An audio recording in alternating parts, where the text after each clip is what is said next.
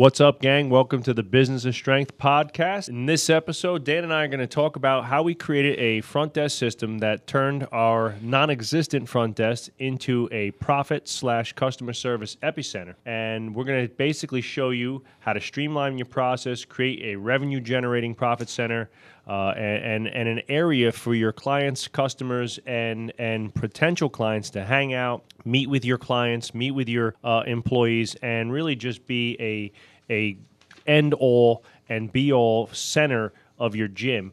And one of the big issues that most people get is they just don't want to spend the money, but we're going to show you why you need a front desk and how you can start creating an admin system that's going to offload tons of small, menial day-to-day duties like scheduling and billing and things like that.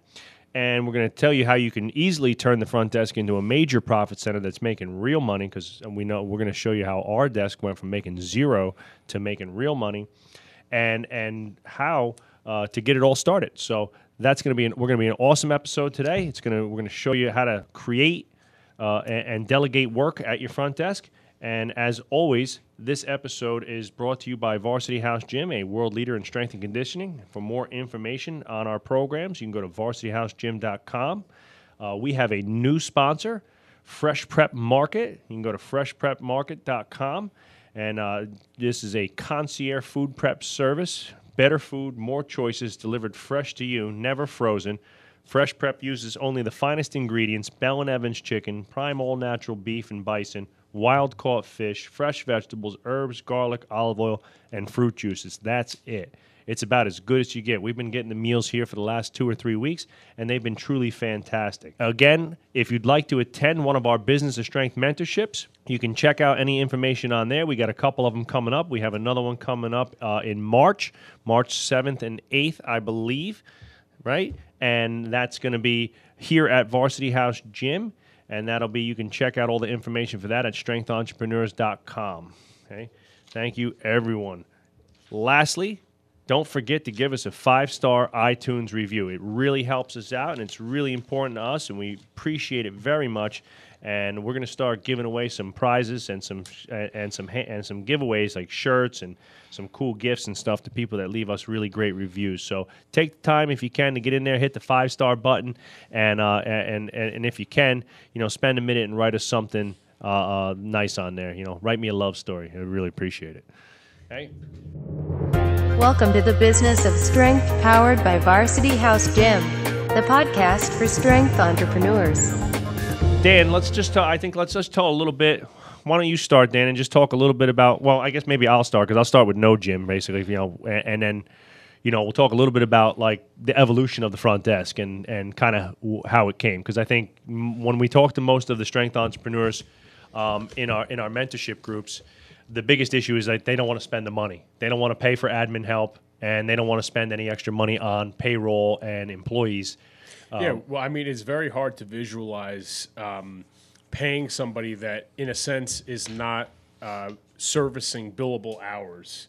And I think that's the biggest hang-up for most strength entrepreneurs, where it's like, Sure. Well, if I hire a coach and they're going to do 3 session hours per day, and those session hours are worth $75 per hour, that's $225 per day. Well, then I can afford to pay that coach 30%, 40%, Right. 50%, whatever it is. And when you are hiring a front desk administrator and somebody that's going to help you oversee those processes, it's very hard to put a price tag on their value. Yeah, like what do I charge? What do I pay out for scheduling? What do I pay out for calling clients and things like that? Right, exactly. And one of the number one things, obviously we're going to get to it today, I would tell those solo entrepreneurs, those solo strength entrepreneurs, that hiring somebody to do some of your admin should be the number one thing that you look to do from the get-go. Before you hire an assistant coach, I would look to find some admin help, whether it's your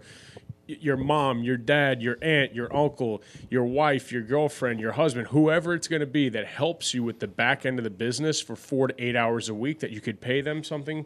And that would be the very first thing that I would do in terms of being a solo strength entrepreneur, is to have somebody help you with the billing, the scheduling, upselling services, client communication, because it's just it's overwhelming when you Yeah. are the coach and you have to do all those ancillary things as well. That's what I was just going to say is like most of the guys we talk to and some of the guys we consult with, the number one thing, what's the biggest problem? I'm overwhelmed. I have too many things that I'm doing. And it's like, well, What are you doing? Yeah, what are you doing? And it's like a treasure list of like 10,000 things. And it's like, and half of it is like stupid crap that they could just, not that it's not important, but it's like as an owner or head coach, how much time should you be spending on doing the schedule? Like, should you be spending, 3 hours a week Totally. doing a schedule? Look, a story that we've gone over this on the podcast before, but I'll remind everybody here. In 2009 at Varsity House Gym, we had a lot of clients, we had a lot of members, we were busy, seemingly busy, Yep. and our tracking system, before we had any administrative help, before we even had MindBody, we would go upstairs at the end of the day and we would say, hey, who was here today? Yeah, who was and in your group? We would have a check log of. You're holding the log right there. Yeah, It was like some it was sketchy ass well, notebook. I think at 4:30 we had these 6 people, and I think I don't know if that one person was here. And we always gave them the benefit of the doubt. And at the end of the year, when we got MindBody and we compared and contrast, when we really almost had the same amount of clients and we were servicing the same amount of people, we're like, oh my God, we lost almost 15% in unbilled sessions. So you want to talk about administrative help. $25,000 in So- just missed. Well, then for sessions. us, then that's what it was worth. Yeah. That's Yeah. what administrative help was worth. So that's how we were able to put a price tag on it and move forward from there. Yeah, I mean, so like if you think about like what is the front desk or why do you need one, and I believe that you do. I believe that every gym should have some type of walk-in front system that is as simple as a crappy little desk with a computer, some brochures, and some business cards, and like your schedule book and things like that. So like when I had my first gym, when I opened up the first gym in 2006, I literally had a crappy desk that I bought from Staples, my computer, and I made up a couple crappy brochures that had spelling mistakes all over my. I always figures. yeah, and the stick figures, right? Whatever those were, I don't know. That was just.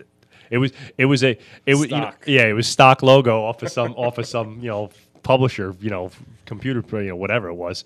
And but whatever, when you walked in, it was like I had a brochure, I had a couple things to give you, and it was like whatever. It was totally unorganized, and there was no POS system or anything like that. But there was something there. So nowadays there's all these beautiful POS systems like MindBody and Millennium and stuff like that take care of 90% of that back end admin work. So you can set up a small desk with all of your stuff on there, and you can have your POS system, and the POS system does so much of the tracking and monitoring for your clientele that the days of me and you like counting sessions doesn't exist anymore. Now when a client comes in, they log into MindBody, you got a session in your schedule. It's super easy. I think another thing, so the evolution of us doing everything on our own with our coaching staff, and then we hired a client, Susan, who came on, and she was doing 10 hours a week.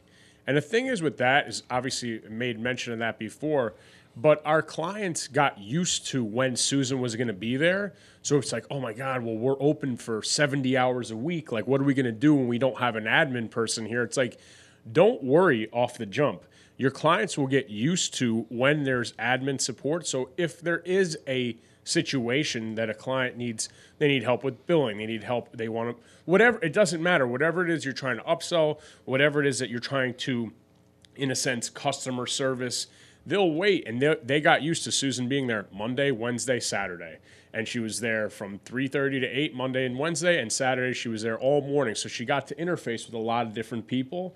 And obviously, as we realized the depths of the impact that can make for a business, then now we have somebody at the front desk from 6 o'clock in the morning till 9 o'clock at night, Monday through Friday, and Saturday, Sunday.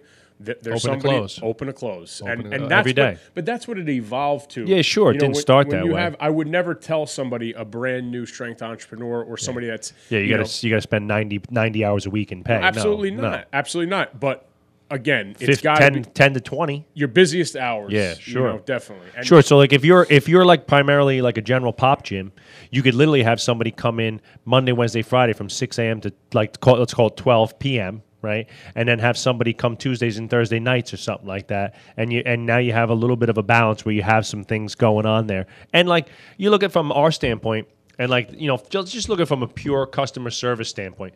When have you ever walked into a retail store and there wasn't a sales associate? There wasn't somebody there to help you, right? When have you ever walked into, when you walk in, we always use the restaurant analogy so much when we talk about, training, but like if you walked into a restaurant and there was no hostess and nobody came to sit you or nobody came to help you, right? You probably would just walk out at some point. So like the same thing in a gym, like when people used to walk into our gym in 09, 010, before we got the front desk set up, they would literally walk in, we'd all be training people, the door would open and it would be like a record stop, and everybody would just look at the front door. The scene from Rocky 3. Yeah, when Stallone's going to Apollo's gym in L.A. Yeah. Everybody, he's like, see that look, Rock? That's the eye of the tiger. Right? And we'd all turn and we'd be like, who's going to go talk to this guy, right? And then one of us would go running over, and we'd be super busy. We'd be super busy, and like you're not putting your best foot forward. So you're like, oh, here's a brochure.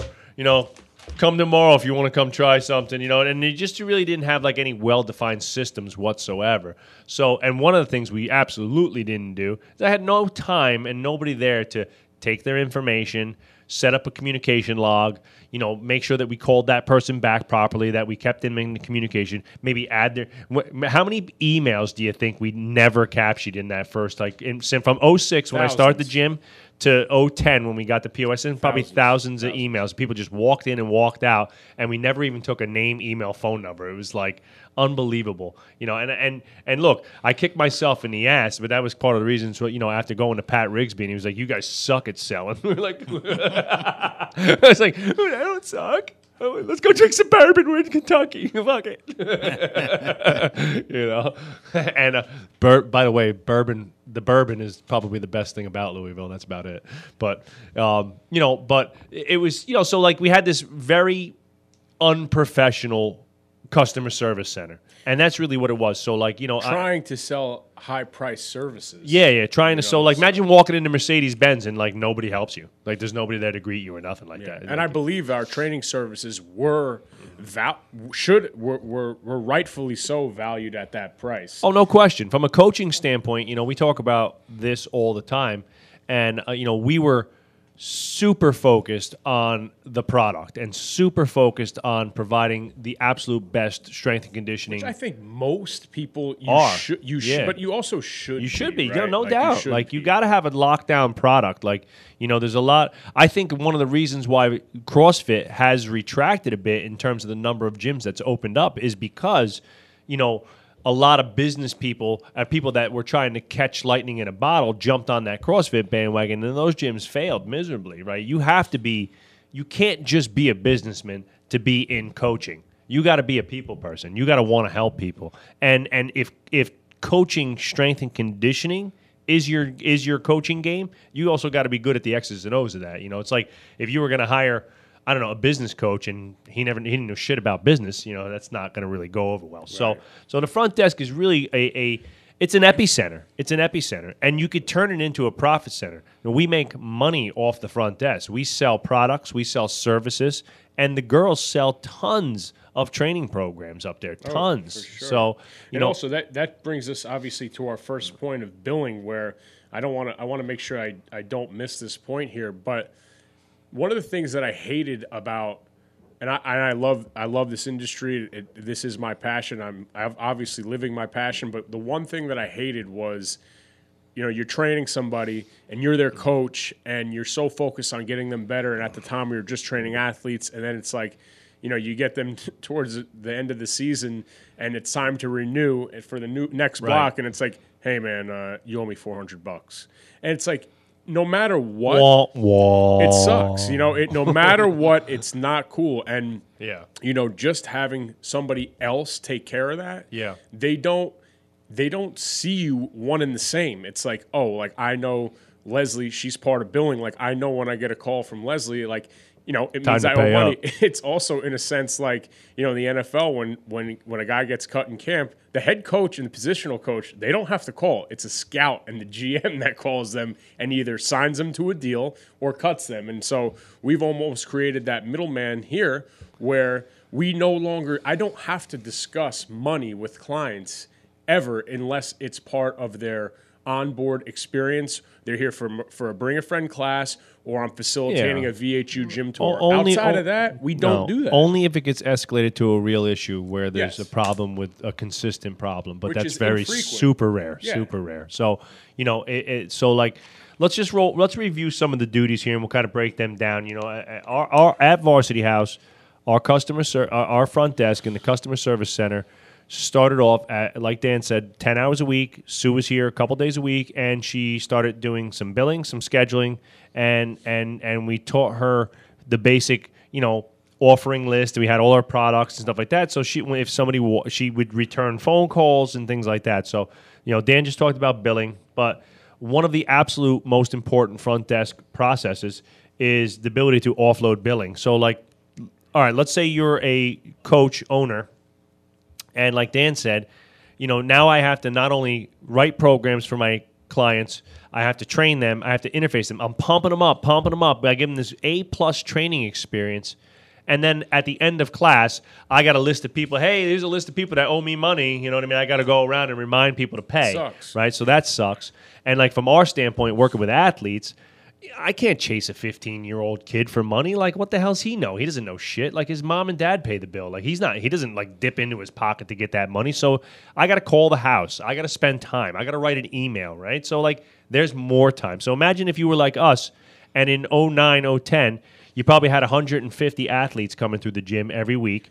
And so imagine every block of training, I got to email or call 150 people. If you have 150 people coming to your gym, and it's you yourself and let's say one other full-time coach and one assistant coach, just dealing with programming those athletes, training those athletes, and worrying about billing those athletes, that's it. You're done. That's all you got. That's it. That's all you got in terms of time. That's it. You can work on nothing else, really. So billing's one of the big things up there. We've set up a system for billing. Obviously, a lot of our POS system is set up so it's automated. So like there might be some general pop gyms out there. Let's just talk about this real quick, Dan. There might be some general pop gyms out there, and we know a few who are basically set it and forget it. Right. So like they get people on a monthly membership and they're set it and forget it. There's still billing issues there. There's still billing issues, one. And two, I still feel like you're leaving a giant void in your gym by not having a on-site admin at least a couple hours a week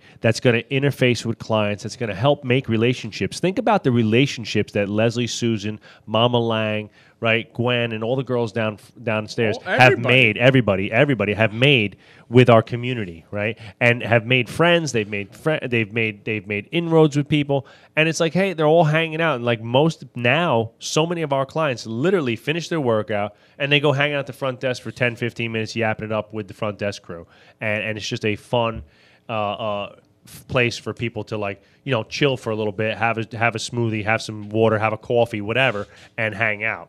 Okay, so billing's one of the big things, and you know, we offload. You know, billing is done through MindBody, but with our athletes, because of the way the athletes are, because again, it goes through a seasonal and it goes through their parents.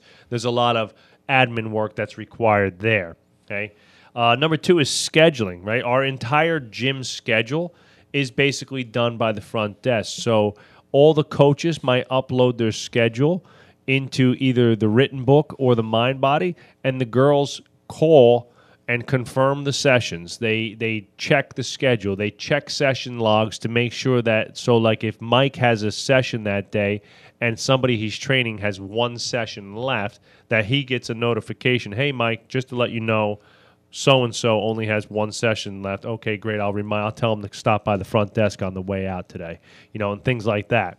Okay. Scheduling is a huge thing. When you have a dozen coaches, and you know, you're doing like we are, you know 75 private sessions, you got 500 athletes coming through the gym, you know, we have 1,500 check-ins last week here. So I mean, you got a very busy gym.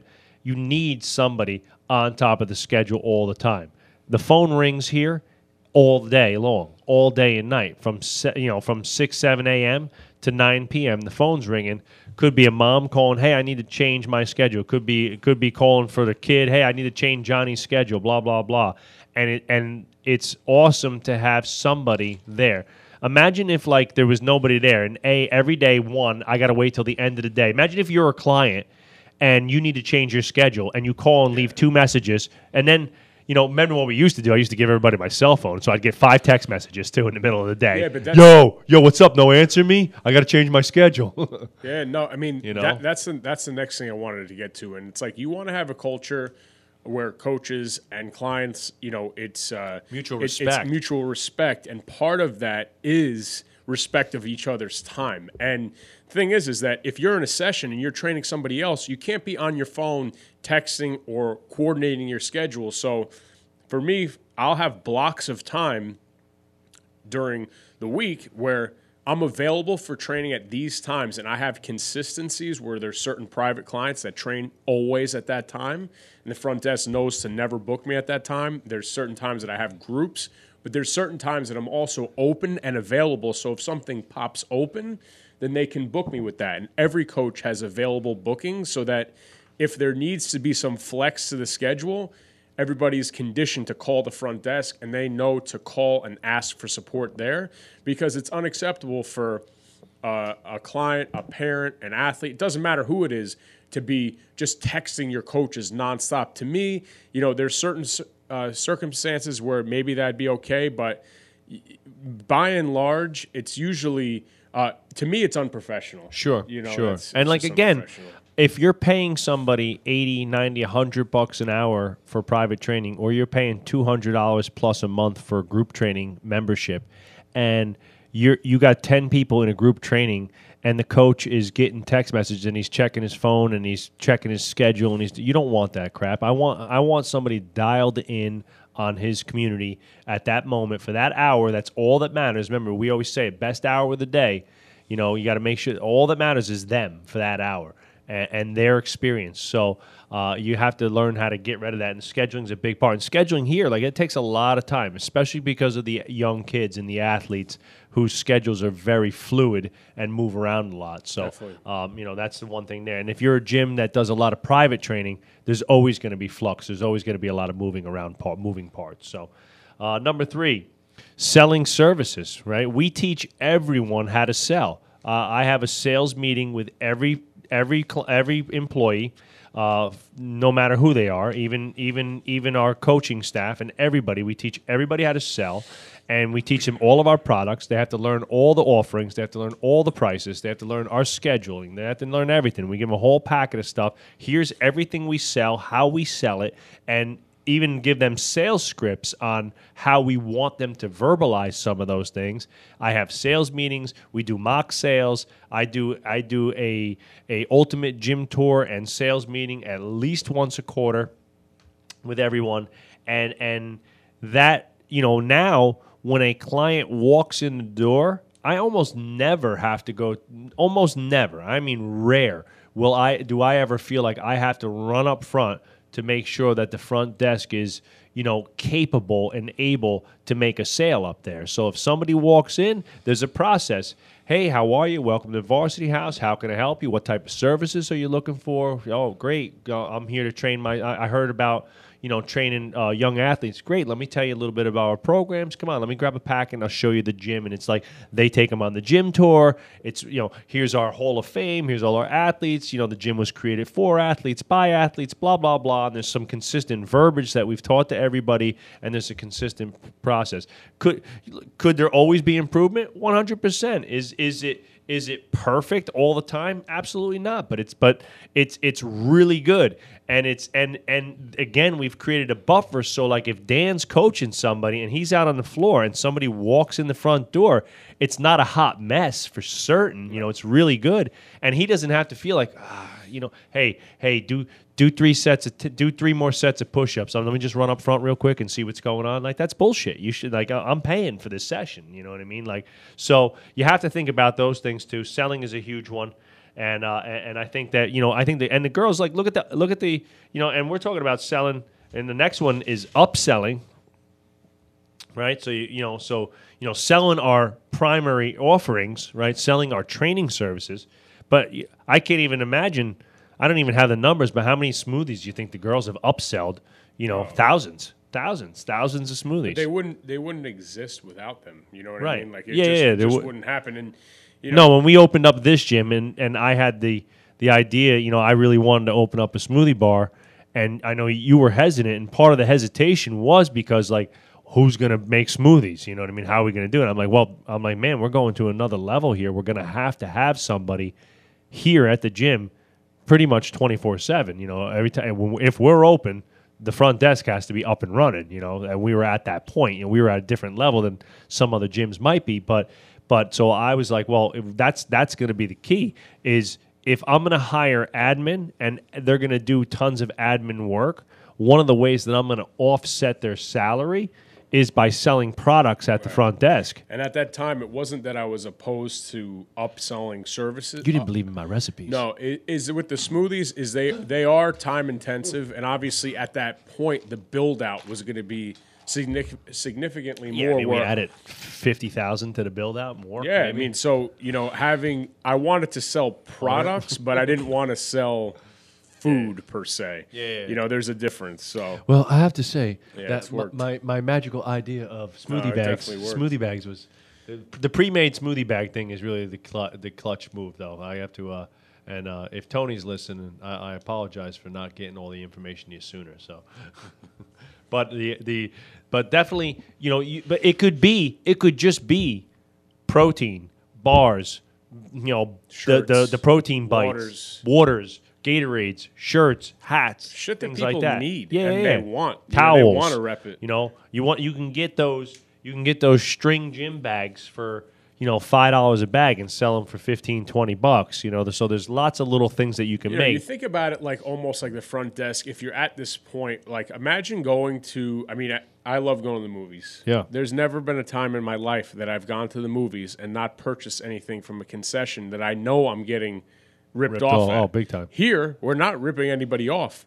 I mean, a water's $1. People need that water. LA Fitness, where I go, when I go with my wife sometimes to LA Fitness, it's $2.50 for a bottle of water. That's insane. So forget that. But like smoothies, it's fair market value, and if they're good, and if you're using good natural ingredients, supplements, the whole thing, like it's what people want. If they're not getting it with you, they're going to go get it from somebody else. So you might as well make the experience of coming to your facility that much easier and that much more inclusive, where it's almost like a one-stop shop.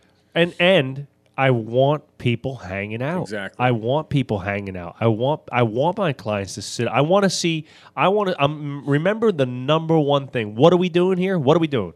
We're creating relationships. We're building value and trust and relationships. That's what we're doing here. Strength and conditioning and the performance side of it is one thing. That's a piece of it. But number one, the first thing is the relationship we have with our athletes and clients.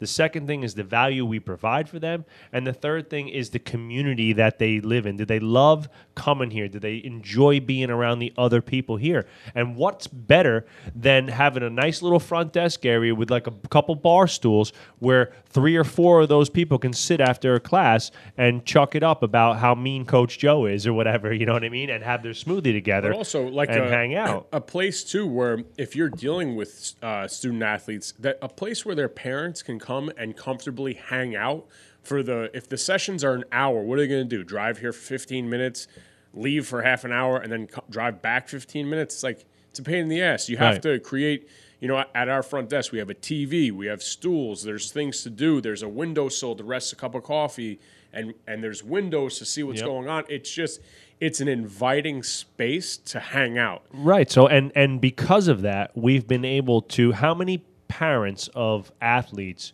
have we upsold to adult training programs? Hundreds. You know what I mean? Dozens and dozens. So it doesn't even matter if you're in that box gym and you talk about, having something that resembles a front desk. I don't care if it's 3 fold-out chairs and a little desk and a refrigerator with water. It's got to be clean. It's got to be presentable. It's got to be inviting for people to want to stay. You set up the corner of your box gym with all your brochures, a couple cool pictures of your athletes. Maybe you have some, like I said, maybe you at that point, you have like free waters even or whatever. You got a little water cooler, and it's like a place where people can sit, hang out, and you have the opportunity to talk to them and sell yourself, your services, and your brand to them. Okay, so number 5 here is client communication. All right, so this is a little bit of a broad topic here. So I think one of the most critical processes in this gym is the communication timeline from when a client or a potential client, for that matter, like a lead, walks into the gym or calls the gym through their service time, throughout their lifetime here. So, you think about like how many people call the gym, email the gym, and walk into the gym to inquire about our services. Well, what happens to them? Well, they go into a lead, generator. They go into an auto response. If you're a good gym, it's going to go into some type of autoresponder. Well, that's great, but that's very impersonal. Wouldn't it be nice if, like, your front desk staff called them back? Wouldn't it be nice if they got a real phone call, like for like once or twice, maybe like, hey, I know you stopped by last week, just wanted to follow up. Do you have any questions, stuff like that? That goes way further than some bullshit, autoresponder email. They're important, but that's not the end all. Me and Dan personally call the people that are doing VHUs. All new clients get a call from me and Dan. They get a phone call. They get emails. You know what I mean? And that's the touch that other gyms aren't doing, right? And that's a huge part of it. It's somebody's birthday. Somebody signs up for a new membership, and then we send them a little gift basket, right? Nobody cares about your sales copy and your ClickFunnels if you're an ass. Yeah. Like if it is so easy to tell. If you're in a place, it doesn't matter if it's a restaurant, a gym, a car dealership, if you're just another number. You could tell in the first 5 minutes that you're there. So, it could be as simple as a 30-second phone call. It could be, a genuine thank you for doing the VHU as opposed to some long-winded autoresponder email, which are important. They're very important. But they are not the end-all, be-all. They don't replace real people. No, you know what I mean? They don't replace a real relationship, or at least at face value. Of course. The just the genuine care that you've taken a couple minutes out of your day to acknowledge their presence. If we talk about client communication, we're talking about calling back leads. We're talking about answering question to parents of athletes. We're talking about dealing with any types of billing membership questions. We're talking about calling our clients on their birthdays. We're talking about sending home gift baskets to new clients who've just signed up for a year-long membership. We're talking about rounding up clients and reminding clients about like some special event, like our 6-week transformation or our strongman, things like that. Imagine if we had to call every single athlete and client to remind them about our strongman event. Like, the girls do an amazing job with that stuff and helping to spread the word and get people, in a sense, riled up for what's going on. So that's a huge, huge part of the front desk duties. And I'll just rattle off a couple like small ones that maybe most people, like little stuff, excuse me, that, as a gym owner, you usually wind up getting stuck doing on your spare time. So now I finish training people, whatever, 8 o'clock at night, and now I got to put 2 hours of admin work in. I got to sit there and tally up my sessions. I got to sit there and maybe I got to, one of the things that the girls do up the front is they order all the supplies for the gym. So everything from toilet paper and paper towels to cleaning supplies to gym chalk to whatever, markers and pens and everything that you can think of, plus all the front desk smoothie station, like swell station stuff, like the foods and the bars and the protein and everything like that gets ordered through the front desk. Each member of the front desk, some of them have some of those responsibilities. So they order all the supplies for the gym. By the time you're done at the end of the week, you've put in your 30, 40 hours of training. And most gym owners, if you were like we were, you were putting in another 20 to 30 hours of back-end work. And we were working 50, 60, 70 hours a week religiously, 7 days a week. We worked 7 days a week for years. It was, not an easy go, right? Cleaning, right? You have an admin up front. There's some dead time, right? Maybe clean the bathroom a little bit. Maybe clean up the front desk. Maybe clean off some mirrors, stuff like that, right? You're not looking for a cleaning, a professional cleaning company, but somebody to help straighten out, somebody to help take out the garbage. How many small box gyms have we been into that are kind of dirty? You know what I mean? And the bathrooms are not that good. And that's like the first place I go to when I go visit somebody else's gym and they want me to come like, hey, come check out my gym, coach. Come check out my gym. I walk right to the bathroom, There's, little curlies and shit on the floor. That's no good, right? No good. No good. That's a fail. That's a failing grade. The food service police and is coming to, can't eat off these floors. No way. So like all those little details, like maybe, I don't know, we're here in the Northeast. Last couple of weeks, we had some bad snow and ice storms, right? Just keeping the front area clean of salt, snow, debris, and just helping out. Like, that's a huge thing, right? You want a nice, clean gym. People don't mind a grungy, hardcore gym, but it can't be dirty. No. It can't be dirty, you know? There's one thing that I want to add there, too, is everybody wants to sell merchandise. And merchandising. I think that everybody can sell, shirts. Obviously, we're wearing the shirts. We have this Valentine's Day sweetheart sale over here. So, but here's the thing. Varsity House, the flamethrower. Right. It is a pain in the ass if you're the coach and you have to deal with people coming up to you go, what's wrong with this size? Like, this doesn't fit me. Can I exchange this? No, forget that. What is the deal with that? I mean, so we got to the point where I was like, yo, I'm done doing this. I don't give a shit about merchandise. I'm going to order the stock T-shirts once a year, stock hoodies once in the wintertime. And obviously, we saw that there was demand, and obviously we put Susan in charge of that. But having somebody that's accountable just for that, if you have a lot of people that want merchandise, oh, my God, the headache of offloading that to somebody else, where Susan enjoys shopping for our spring collection here at Varsity House. So, sometimes. But, it's great, though. It's fun. It's fun. Look, and it gives her a real sense of purpose, too, that she has played a real integral part in helping grow the brand, and she does revenue. She grows revenue, but she also grows the whole vibe of the gym is partly related to how it looks and the clothes we wear and everything. You know what I mean? That's a real big part of it.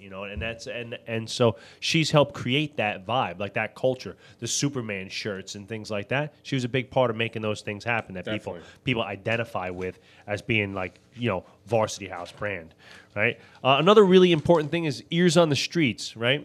When you have an admin that's at the gym all the time, right? And as the saying goes, shit flows downhill, okay, or downstream. It's one of them. What is it? Downhill or downhill? All right, yeah. Shit rolls downhill, right? And so if me and Dan are at the top of the hill, and the clients can identify and can obviously we have a lot of female clients here.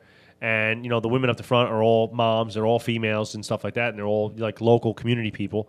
And it's like, if they have an issue that maybe they don't want to come to me and Dana about, or maybe there was an issue with somebody in class, or maybe there was something that they want to bring up to our attention, like the bathrooms were dirty or something like that, which never happens here. But whatever it might be, they might say something to the girls, and they might say, hey, I was kind of unhappy about this, or, hey, is there something that, it could be anything. I mean, look, we've had lots of people in the last couple of years, where the husband maybe lost their job or the wife had to go back to work and they had to rework their memberships, but they didn't really want to know how to come talk to us. And they went to they went to Susan or Leslie and they were like, hey, is there anything that, could you talk to Dan and Joe and just see if there's anything they could do for us?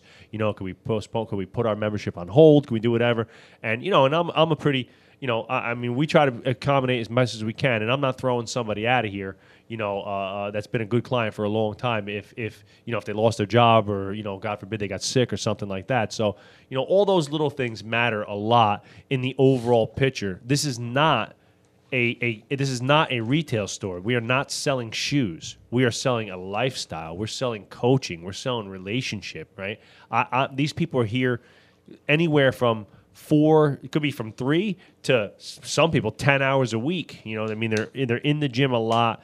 The gym is a huge part of their lives, and fitness for a lot of people is very emotional. It's very personal, and whether it's losing tons of weight or escaping from your life or whatever and coming to the gym, or if it's just a true love for training, and how you value that. So they spend a lot of time and effort, a lot of personal time and effort here. You got to feed that. You got to feed that back. Otherwise, again, you're just a retail shop. What separates our style of gym from the LA Fitnesses of the world, the New York sports clubs of the world, is that personal touch, is that personal relationship, is the fact that the clients can come in and talk to somebody, and that there is somebody that's there that A, willing to help, B, willing to listen, and C, willing to help find a solution to whatever problem they might have. You know what I mean? And that's kind of a big part of it. And the girls, they get a lot. They generally now,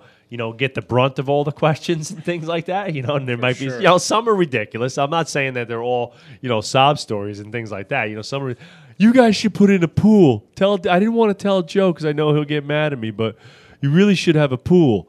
Okay, all right, yeah, I'm gonna put the pool in. I'll put the pool in next week. Right, we're gonna have a rooftop pool with a tiki bar next year. It's gonna be amazing, and Trevor will never work again.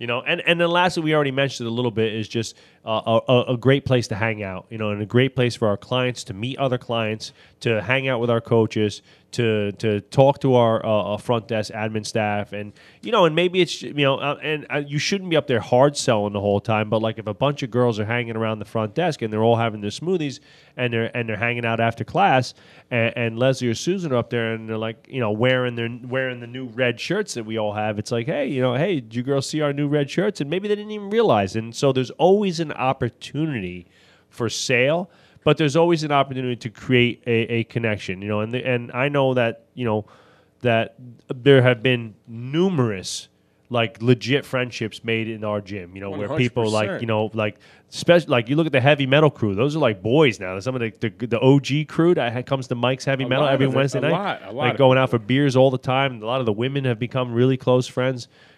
Gwen and Eileen have become really close friends and stuff, and that's really nice to see. And that was fostered primarily because of the gym and the front desk and having that front desk system.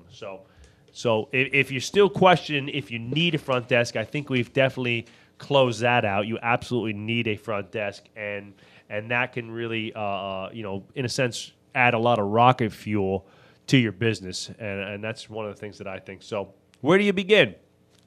Where do you start? So here's a couple tips for getting started, right? And I think, at the very least, you get yourself a lockdown POS system and a schedule book, and you get as much of your billing and your schedule automated as possible.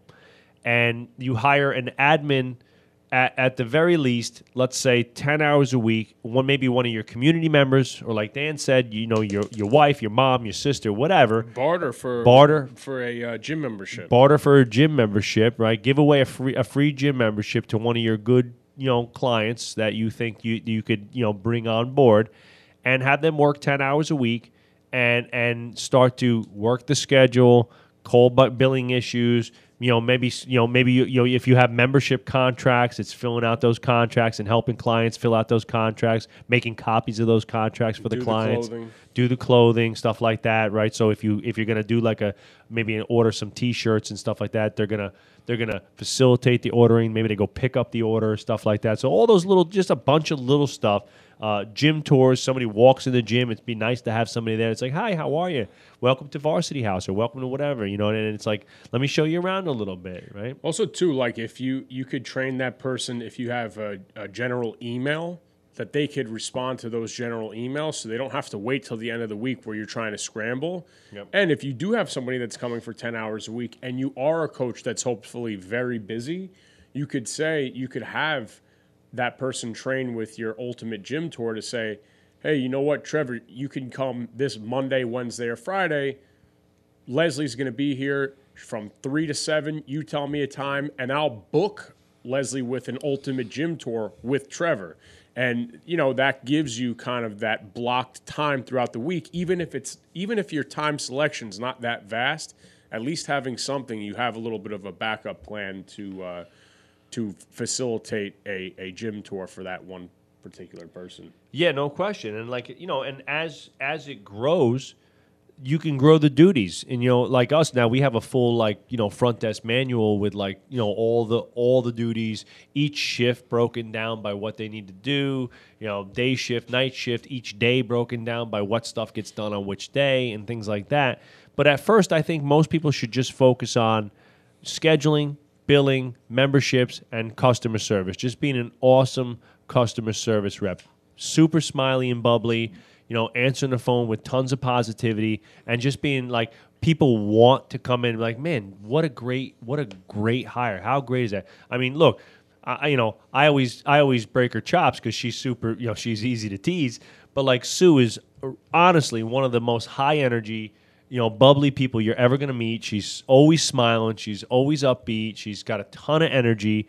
And like when she's here, people like to talk to her. People like to be around. She's always positive, and that's a really great fit for what we're trying to, again, best hour of their day, not your day. When somebody walks in, what's better than getting a, hi, how are you? Big smiley, bubbly face and crush your workout today. Have a good workout. Don't forget to get a smoothie, stuff like that. It's just like a really nice touch to your gym, even if it's starting off really small.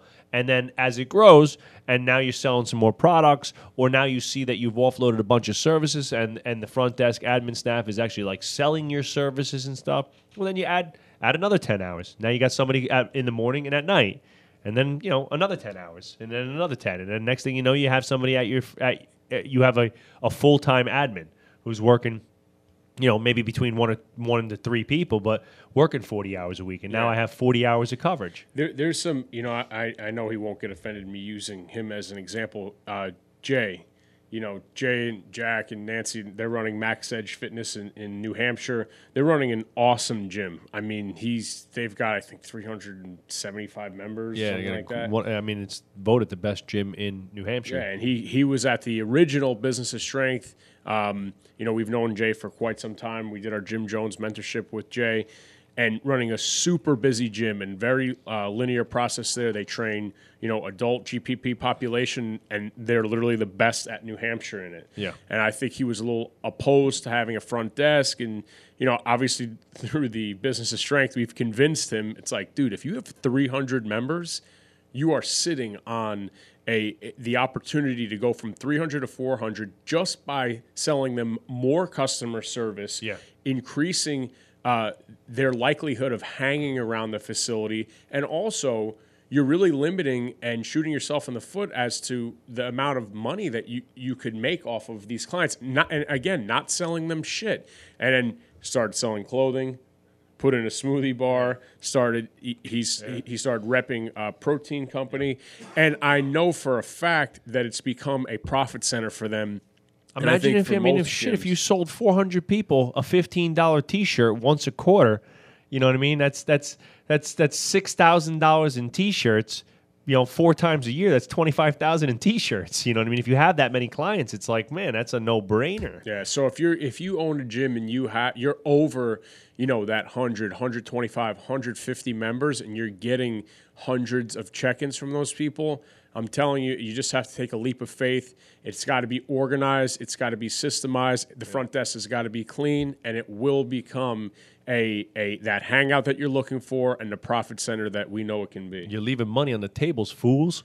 For sure. For sure, right? So that's kind of what we feel is a great thing. You can start off. We have a bunch of products, for creating a front desk. We, the ultimate gym tour, the ultimate onboard. These are free products that are on our website. You can take a look at some of those things. Those are some of the services that we offer there with the front desk.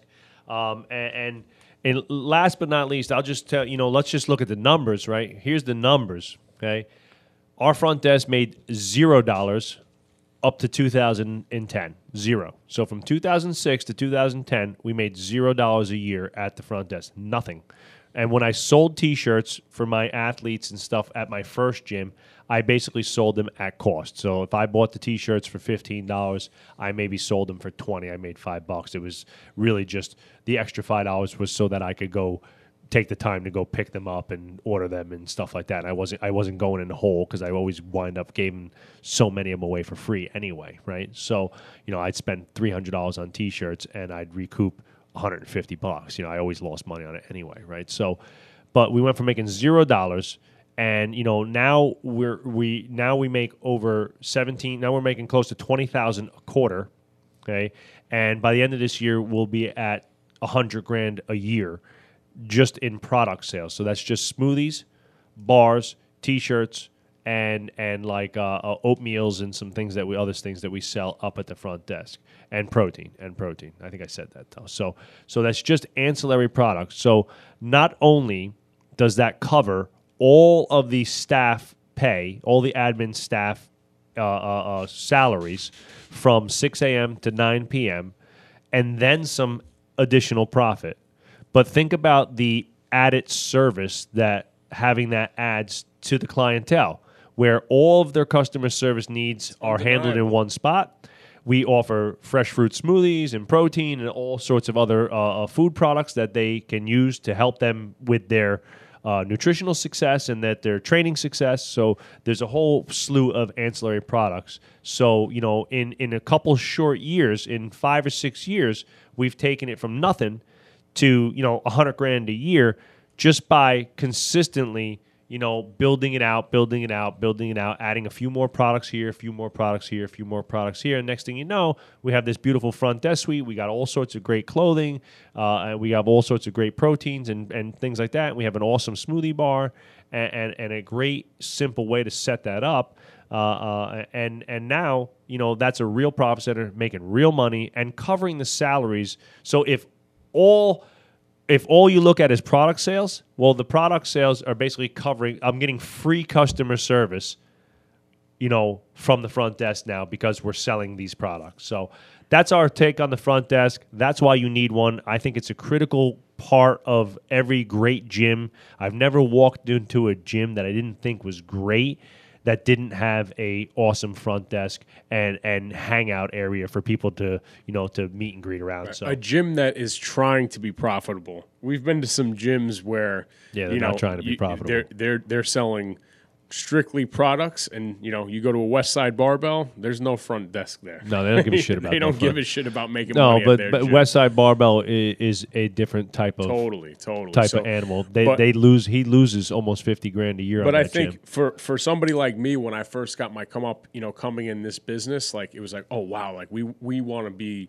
You know, we want to be the West Side Barbell. We want to be an elite FTS. Like, we want to have that cachet of gym, but those gyms don't make money per se. Like the same way that most strength entrepreneurs, 99.9% of everybody's going to make money selling products in-house and selling training services. On the floor. And that's what everybody needs to understand. Yeah. I mean, that's so that's it, man. If you have any questions, hit me and Dan up on Instagram or send us an email to info@varsityhousegym.com. If you have any customer service or front desk issues you'd like to run by us, we'd be happy to help you out. And don't forget to sign up for a Business of Strength mentorship. We are running multiple mentorships this year.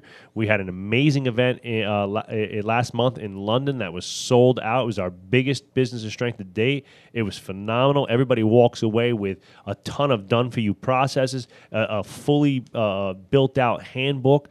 From start to finish, we create the backbone of your business, so all of the back-end processes. We help you create your customer service timeline. We mock sales, hot seat questions. We show you how to market and create your marketing and social media calendars, and we take all the tools that we've done over the last decade that helped grow Varsity House from a shitty little garage gym with a leaky-ass roof. Joe DeFranco, that's for you. Okay, with a shitty-ass roof and a leaky-ass roof that flooded, you know, multiple times a year, right, to a world-class training facility, you know, that does multiple seven-figure revenues and has, you know, dozen employees, you know, now we have almost 20 employees and runs like clockwork. And me and Dan are able to do the podcast and do the things that we want to do and focus on the high-end services and the high-end products because we have so many of these systems set up in place. So the quality of life that you can get from spending a couple of dollars and a few days of your time coming to one of our mentorships is huge. So check that out at strengthentrepreneurs.com, and we'll see you next time, gang. Peace out. Peace out. The Business of Strength, powered by Varsity House Gym. Turn your passion into your profession and learn how to run a world-class business. Be sure to visit us at www.strengthentrepreneurs.com to learn more. And as always, at varsityhousegym.com. Become unstoppable.